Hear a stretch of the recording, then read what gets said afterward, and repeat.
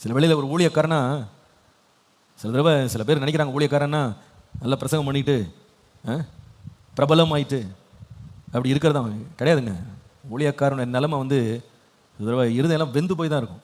ராத்திரி நேரம் சில தடவை கவுன்சிலிங் எல்லாம் முடிச்சுட்டு இந்த குடும்பங்கள் ஒன்றா சேரணும்னு போராடிட்டு வீட்டுக்கு போய் சேரும்போது 11:30 மணி, தூக்கம் கூட வராது.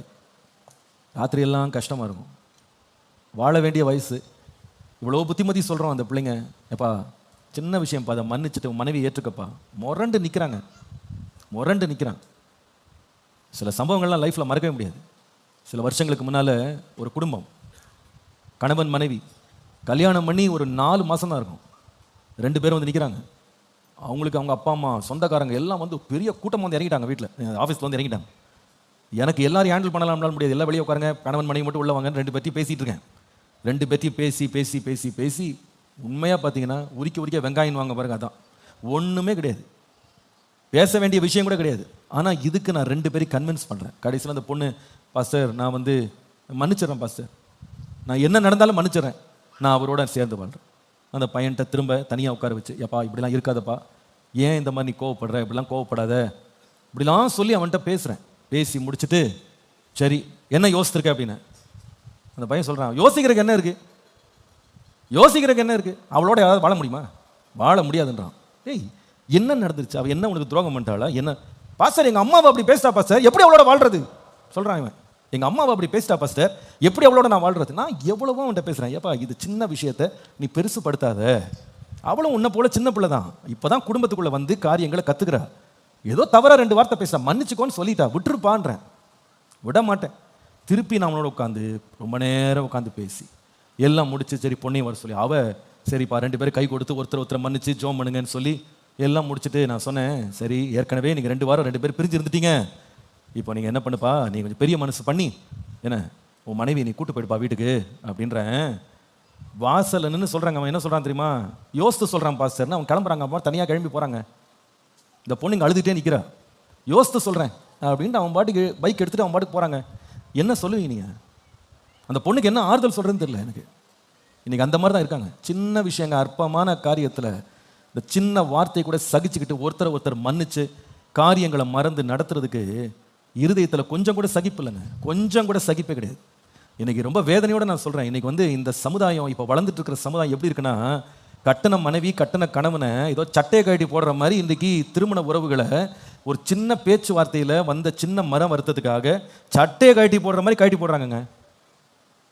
ரொம்ப ரொம்ப வேதனையாக இருக்குது இதை பார்க்கும்போது. ஏங்க நாங்கள் வெளியில் இருக்கோம், வாழ வேண்டியது அந்த பிள்ளைங்க என்ன, நாங்கள் கெஞ்சிரோம், எப்பா பண்ணாதப்பா, அப்படி இந்த மாதிரி பண்ணாதம்மா அப்படின்னு பெண்கள்கிட்ட கெஞ்சிரோம். இப்போ வேணாம்மா, டிவோர்ஸ் எல்லாம் பேசாதம்மா, தயவுசெய்து என்ன நீங்கள் மிரட்டாதீங்க, நீங்கள் ரொம்ப அப்படி சொன்னீங்கன்னா நான் தற்கொலை பண்ணிக்கிடுவேன். நான் என்ன பண்ணுறது இதுக்கு மேலே? அவன் நம்மளை மிரட்டுறா, தற்கொலை பண்ணுவாளாம். நாளைக்கு போலீஸோட பிடிச்சி கொடுத்தாலும் பிடிச்சி கொடுப்பாங்க. எங்கள் பாஸ்டர் என்ன மிரட்டி திருப்பி தொடர்ந்து வாழுன்னு சொல்லிட்டாரு, நான் என்ன பண்ணுறது? என்னைக்காவது நியூஸ் கேஸ் வந்தால் இதை புரிஞ்சுக்கிடுங்க. பயமாக இருக்குது, இந்த பொண்ணுகிட்ட பேசுறதுக்கே பயமாக இருக்குது. அப்படி இருக்குங்க, அப்படி சீர்றாளுங்க இந்த காலத்து பிள்ளைங்க. சகிப்புன்றதே இல்லைங்க, எதையும் சொல்ல முடியல, வாயை திறந்து அந்த பிள்ளைங்களுக்கு அட்வைஸ் கொடுக்க முடியல, அப்படி நெஞ்சழுத்தத்தோடு இருக்காங்க. கல்யாணம் ஆகி 3 மாதம் 6 மாதம் 1 வருஷத்துக்குள்ள எத்தனை பேர் இப்போ டிவோர்ஸ் ஃபைல் பண்ணுறாங்க தெரியுமா? வாழ முடியாது, அவள் எனக்கு தேவையில்லை, அவன் எனக்கு தேவையில்லை, அடுத்த என்ன திட்டம் வச்சிருக்க அதெல்லாம் எனக்கு தெரியாது. என்னம்மா நீ பண்ண போற? இந்த வயசுல நீ வந்து கட்டின புருஷனா வேணான்னு சொல்றியே, என்ன பண்ண போற அடுத்த கடை? அது அப்புறமா பார்த்துக்கலாம். என்ன பயங்கரங்க இன்னைக்குள்ள சமுதாயம், என்ன பயங்கரம். ரொம்ப வேதனையா இருக்குது, இருக்கு நினைக்கும் போதே வேதனையா இருக்கு.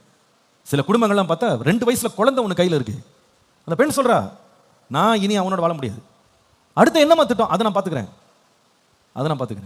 நடந்தது ஏதாவது பெரிய பிரச்சனை நடந்திருந்தா பரவாயில்ல, பெரிய ஒரு போராட்டம், பெரிய தப்பு, பெரிய பாவம் பண்ணியிருந்தான், ஒன்றுமே கிடையாது, சின்ன விஷயம், அதை கூட மன்னிக்க முடியலை. நீயா நானு போட்டி போட்டுக்கிட்டு ஒருத்தர் வந்து சாடுறதை பார்க்கும்போது ரொம்ப வேதனையாக இருக்குது. குடும்பங்கள்லாம் ஸ்ட்ராங்காக இருக்கணும்னா அன்பினால் நிறைந்திருப்பீங்கன்னா சகிப்பு இருக்கும். சகிப்பு இல்லாமல் நீங்கள் வாழ்ந்தீங்கன்னா உங்கள் குடும்பம் ரொம்ப நாள் ஓட்டவே முடியாது, நீங்கள் வாழவே முடியாது, ரொம்ப கஷ்டம். குடும்பன்றது டஃப் கிரவுண்ட், நிறைய பிரச்சனைகள் வரும். பாருங்கள், இயேசு வந்து, நான் பொதுவாக பைபிளில் நான் சொல்கிறது தான், குடும்பன்றது பைபிளில் வந்து நிறைய காரியங்கள் ஒப்பிடப்பட்டிருக்கு. அதில் ஒன்று வந்து குடும்பத்தை வீடுன்னு பைபிள் ஒப்பிட்டுருக்கு. 128ஆம் சங்கீதத்தில் வீடுன்னு பார்க்குறோம். மனைவியின் வீட்டோரங்களில் கனிதரும் திராட்சை கொடி, பிள்ளைகள் பந்தியை சுற்றிலும் ஒலிவ மர கன்றுகள் அப்படின்னு சொல்லி ஒரு வீடை போல குடும்பத்தை ஒப்பிட்டு இருக்கு. அதை பற்றி வீடாக ஒரு குடும்பத்தை பார்த்தோம்னா மத்தேயு 7ஆம் அதிகாரத்தில் இயேசு சொல்றாரு, ஒரு புத்தி உள்ள மனுஷன் ஒரு வீட்டை கட்டினா, நீதிமொழிகள் 14:1 புத்தி உள்ள மனைவி தன் வீட்டை கட்டினாள்னு இருக்கு இல்லையா? அது குடும்பத்தை கட்டுறதை பற்றி தான் பேசுது. அப்போ இந்த வீட்டை கட்டுற இந்த புருஷன் வந்து அவன் கண்மலையின் மேலே கட்டினான். கண்மலைனா இயேசு கிறிஸ்துவனுடைய வார்த்தையின் மேலே அவன் வந்து வசனத்தின் மேலே வீட்டை கட்டுறான், குடும்பத்தை கட்டுறான். ஆவிக்குரியவர்கள் குடும்பத்தை கட்டுறது கூட, நல்ல ரட்சிக்கப்பட்ட பிள்ளைங்க குடும்பத்தை கட்டினா கூட அந்த குடும்பத்தின் மேலே அந்த வீட்டின் மேலே என்ன வரும்னு கேட்டால் காற்று அடிக்கும், மழை பெய்யும், பெருவெள்ளம் வந்து மோதும். நல்லா கவனிச்சுங்க. எல்லாம் கல்யாணம் பண்ணவங்களும் சரி, கல்யாணம் பண்ண போறவங்களும் சரி கவனிச்சுக்கிடுங்க. குடும்பம் நீங்க நடத்தணும்னு தீர்மானம் பண்ணிட்டீங்கன்னா குடும்பமாகிய வீட்டின் மேல காற்று வந்து அடிக்கும். காற்றுன்றது அனுதினமும் வீசுறது, டெய்லி வரும். குடும்பத்தில் வந்து டெய்லி பிரச்சனைகள் இருக்கு. பேச்சுவார்த்தையில் பிரச்சனை வரும், கொடுக்கல் வாங்கல்ல பிரச்சனை வரும், சாப்பாட்டில் உப்பு இல்லை, காரம் இல்லை, அது இல்லை, இது இல்லைன்னு ஏதாவது கம்ப்ளைண்ட் பண்ணி ஒரு பிரச்சனை வரும், எழும்பலன்னு ஒரு பிரச்சனை வரும், தூங்கலன்னு ஒரு பிரச்சனை வரும், சுடுதண்ணி போடலன்னு ஒரு பிரச்சனை வரும், வீடை பெருக்கலன்னு ஒரு பிரச்சனை வரும், ஏதாவது ஒரு பிரச்சனை வருங்க. டெய்லி 2 பேருக்குள்ளேயும் ஒரு சின்ன சின்ன கருத்து வேற்றுமை. இது மழை, இது வந்து காற்று மாதிரி டெய்லி வீசும், இது டெய்லி. ஆனால் இன்னொன்று இருக்கு, அடுத்தது மழை. மழை வந்து டெய்லி வராது, அது வந்து குறிப்பிட்ட காலத்துக்கு தான் வரும். குடும்ப வாழ்க்கையில் கூட ஒரு காலத்துக்குன்னு ஒரு பிரச்சனை இருக்கு. கல்யாணம் ஆகி இன்னைக்கு நம்ம ஊரில் ஒரே வருஷத்தில் நம்ம ஆளுங்களும் சும்மா இருக்க மாட்டாங்க. ஏதாவது விசேஷமா நம்ம நினைக்கிறோம், உனக்கு ஏதாவது விசேஷம் இருக்கா? அதுதான் என்கிட்ட சொல்லிட்டு போ. சும்மா வந்து விசேஷமா இதை கேட்டு குடும்பத்துக்கு எடுத்த நிறைய புண்ணியவான்கள் புண்ணியவதிகள் இருக்காங்க. விசேஷமா கல்யாணம் பண்ண ஆளுங்களுக்கு இது ஒரு போராட்டம் வேற.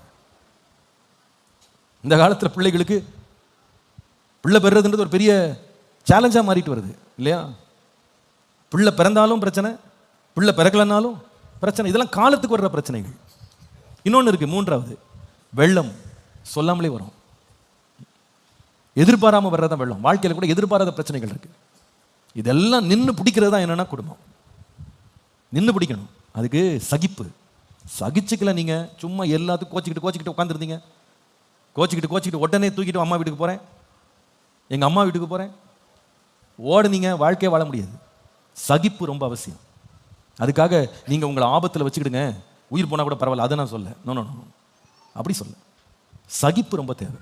ஒரு சின்ன வார்த்தைக்காக வாழ்க்கையே வேண்டான்னு எழுதி கொடுக்கறது இல்லை. ஒரு சின்ன வார்த்தைக்கு மனைவியை போட்டு மிருகத்தை அடிக்கிற மாதிரி அடிக்கிறது கிடையாது. சகிப்பு.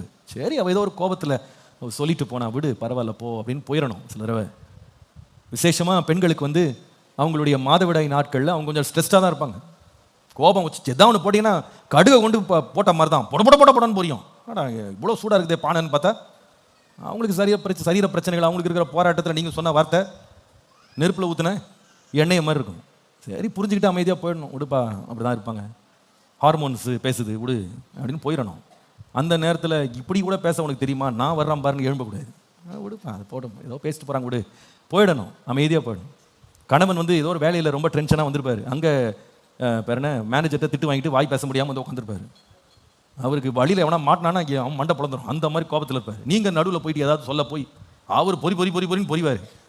என்னங்க இப்படி பூகம்பம் மாதிரி பொறிகிறாரு அப்படின்னா புரிஞ்சுக்கணும். சரி, ஏதோ டென்ஷனில் வந்திருக்கிறாரு, என்ன பிரச்சனைன்னு தெரில, ஏதோ ஒரு இதில் ஒரு அழுத்தத்தில் வந்து உட்காந்துருக்கிறாருனோடனே நீங்கள் கொஞ்சம் அமைதியாக போயிட்டு ஒரு வடை சுட்டு காப்பி எடுத்துகிட்டு வந்து கொஞ்சம் பொறுமையாக கொடுத்தீங்கன்னா அந்த சூட்டை என்ன பண்ணலாம், கொஞ்சம் தணிக்கலாம்.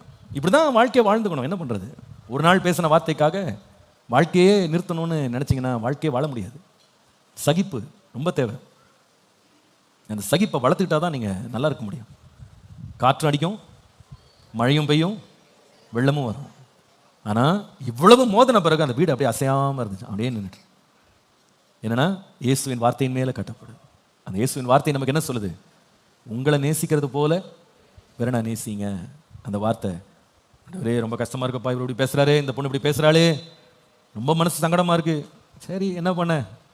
அன்பினால் சகிச்சுக்கணும், அவ்வளோதான். அன்பினால் தாங்கணும். அன்பினுடைய குணமே அதுதானே. 1 கொரிந்தியர் 13:7 பாருங்க. அன்பு சகலத்தையும் தாங்கும், சகலத்தையும் விசுவாசிக்கும், சகலத்தையும் நம்பும், சகலத்தையும் சகிக்கும். அன்பு இருந்தால் என்ன செய்யும்? சகிக்கும். சகிச்சுக்கணும். என்னதான் மழை பெஞ்சாலும் கொஞ்ச நேரத்தில் ஓஞ்சிரும்பா, அவள் கத்துனாலும் கொஞ்ச நேரத்தில் வாய் வலிக்காதா, அது நின்றும். இதை போல் நீங்களும் மனைவி பேச ஆரம்பித்தா எத்தனை சான்ஸாக இன்றைக்கி போகுது தெரியலையே ஆண்டவரே. பழைய பாட்டாக இருந்தால் 7 சான்ஸாக போகும். அதனால் அவள் என்ன சான்ஸாலாம் கொண்டு வர்றாளோ, யாரெல்லாம் சண்டை கொண்டு வராளோ, இழுக்கட்டும் ஆண்டவரே அப்படின்னு சொல்லி அமைதியாக நீங்கள் தேசத்துக்காக ஜெபிக்க ஆரம்பிச்சிருங்க. கண்ணை மூடிட்டு எழுப்புதலுக்காக ஜெபம் பண்ணுங்க. தேச எழுப்புதலுக்காக அல்லது நைஜீரியாவில் நடக்கிற பிரச்சனைகளுக்காக அப்படி ஜெபம் பண்ணிடுவோங்க. போயிட்டீங்கன்னா அது மனைவி பாட்டு பாடி சண்டை போட்டு அவளே முடிச்சு அவளே ஓஞ்சி உட்காந்துருவா. அதுக்கம்மா நீங்கள் ஃப்ரீயாக இல்லை, என்னம்மா முடிச்சியா, சரி அவ்வளோதான், ஃப்ரீயாக போய் படுக்க போகிறோம். கணவன் ஒரே தாண்டவம் ஆடுறாருன்னா நீங்கள் ஃபுல்லாக ஜபத்துவத்துக்கு போயிடுங்க, ஃபுல்லாக ஆள் தியானத்துக்கு போயிடுங்க. அப்படி இல்லைன்னா மெமரி வாஸ் கொடுத்துருக்கேன் பாருங்கள், அதை உட்காந்து படிக்க ஆரம்பிச்சுங்க. மனப்பாடம் பண்ணிங்கன்னா சரியாக போயிடும்.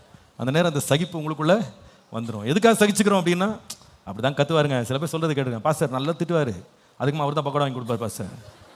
ஆனால் அன்பாக இருப்பார், என்ன பண்ணுவார், வேறு எங்கேயும் போய் திட்ட முடியாது, திட்டினா உதவ வாங்கிடுவார், என்ன தான் திட்டிட்டு கிடப்பார். சரி திட்டட்டும் பாவம், இதுதான் அவர் லாங்குவேஜ் நினச்சி நான் என்ன பண்ணுறது.